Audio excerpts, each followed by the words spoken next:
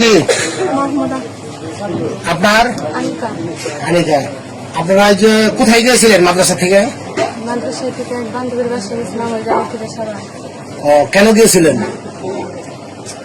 নিজেকে ভুল দাঁড়ানোর কারণে সেটাই ঢুকাই করে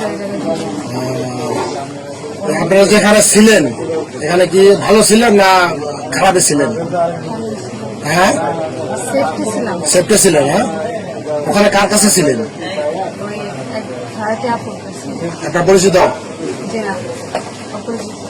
ওই অপরিচিত। জায়গায় গিয়ে পরিচয় দিয়েছে। কিভাবে পরিচয় হলো?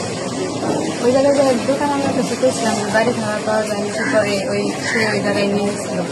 আপনারা যে মাদ্রাসা থেকে যে গেলেন কিভাবে গেছেন এখান থেকে? ওই জায়গা থেকে গার্জেন গাড়ি করে বের হয়েছিলাম। কি গার্জেন বইলা গেটে থেকে বের যে আপনারা হয়েছিলাম। ছাত্রীর গার্জেন জি। এই বইলে এখান থেকে চলে গেছিলেন? তাতে এই যে গেলেন এটা কি আপনারা ভালো করছিলেন না খারাপ করছিলেন? আপনাদের কি ভুল হয়েছে না সঠিক? এই যে আপনাদের জন্য যে আজকে এই যে মাদ্রাসার বদনাম সারা বাংলাদেশ ব্যাপী জানলো, শুধু বাংলাদেশ না বিশ্বের অনেক দেশে জানছে যে মাদ্রাসা থেকে দুইটা ছাত্রী পালিয়ে গেছে। অনেকে ধারণা করছে পজিটিভ, অনেকে নেগেটিভ। আসলে যে গেছেন এটা কি মাদ্রাসার জন্য মঙ্গল হয়েছে না খারাপ হয়েছে? খারাপ হয়েছে। এটা দায়ভার কার? জুড়ে বলেন। এই আপনি বলেন।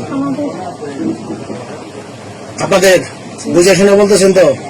তার মানে এখান থেকে যে পালিয়ে গেছেন এটা সম্পূর্ণ দায়ভার আপনাদের।